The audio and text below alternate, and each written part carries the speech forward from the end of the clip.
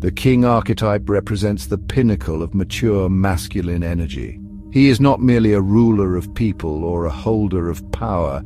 He is the force that brings order out of chaos, the guiding light that radiates stability, wisdom, and benevolence.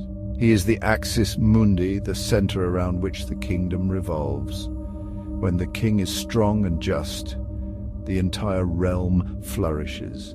When the king is weak, tyrannical, or absent, everything begins to fall apart. The king lives inside every human psyche, not just men, though it finds strong expression in the masculine journey. It is an energy pattern, a blueprint of inner sovereignty, grounded in the depth of psychological maturity. At its core, the king is about dominion, over oneself first and only then over others. His rule is not born out of domination, but from mastery of the self. He rules because he is worthy of ruling, and to be worthy, he must know who he is. The archetypal king is calm. He does not react, he responds. He sees the long game, the vast cycles of nature, time, and fate. His wisdom is rooted not in knowledge alone, but in experience. He has lived, suffered, and endured. His authority is not arbitrary, it is earned. He stands for something eternal, the balance of opposites, justice tempered with mercy, power restrained by compassion. To integrate the king archetype is to invite order into chaos, to structure your life with integrity, to become a pillar of strength in your community, your family, your internal world. It is not about sitting on a throne, it is about becoming the throne itself, stable, unshakable, worthy of bearing the weight of life. But to reach the king, a man must journey through the other masculine archetypes, the warrior, the magician, and the lover. Each brings vital qualities that the king must master. The warrior grants discipline, courage, and action. The magician brings insight, vision, and transformation. The lover brings passion, empathy, and connection. The king integrates them all. Without them, he is incomplete. With them, he is sovereign. In mythology, the king is often portrayed as the link between heaven and earth. He is chosen by the gods or anointed by divine right. But this divine right is a metaphor. It speaks to the idea that the true king must be aligned with something higher than himself. He must serve the realm, not enslave it. He must channel the will of the divine into the practical governance of the world. In psychological terms, this means aligning with your higher self, your inner purpose, your deepest values. The king does not serve his ego, he serves the sacred. And in doing so, he brings order, vitality, and blessing to his inner and outer kingdoms. A healthy king archetype is generative. He creates, he blesses, he stabilizes, he empowers others. He does not hoard power, he delegates it. He nurtures the growth of those around him. He invests in the future, he leaves a legacy.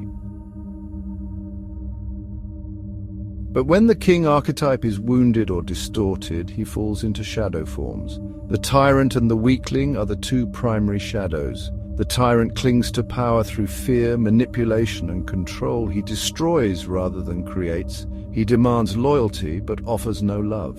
He rules through intimidation. He burns out the people closest to him. Deep down, the tyrant is terrified. Terrified of losing control, of being overthrown, of being seen as weak. He projects this fear outward, becoming a monster to protect his throne. The weakling, on the other hand, avoids responsibility altogether. He refuses the crown, he collapses under pressure, he is indecisive, insecure, and easily swayed by others. He lacks the internal structure to bear the burden of leadership. He abdicates, hoping someone else will take charge, but without the king, chaos reigns. The psyche fragments. The kingdom falls into ruin. To avoid these shadow forms, a man must do the inner work of becoming whole. He must confront his fears, heal his wounds, and integrate the other archetypal energies. He must be willing to die to his ego so that his true self can ascend. This is not a comfortable process. It requires sacrifice, discipline, and transformation, but it is the only path to authentic kingship. The king archetype is not just personal, it is also cultural.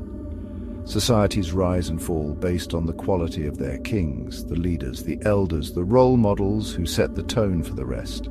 When society lacks mature kings, it descends into chaos, nihilism, or tyranny. The youth become lost. The values decay, the structure crumbles. We are living in such a time, and so the call to embody the king is more urgent than ever.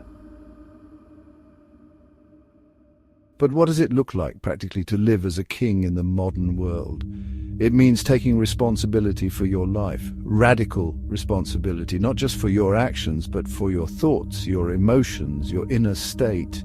It means becoming the ruler of your inner kingdom, bringing order to your mind, stability to your heart, structure to your days. The king wakes up with purpose. He creates rhythms. He blesses his space. He tends to his relationships. He thinks generationally, not just momentarily. To implement the king, you must create inner and outer rituals of sovereignty. This begins with the body.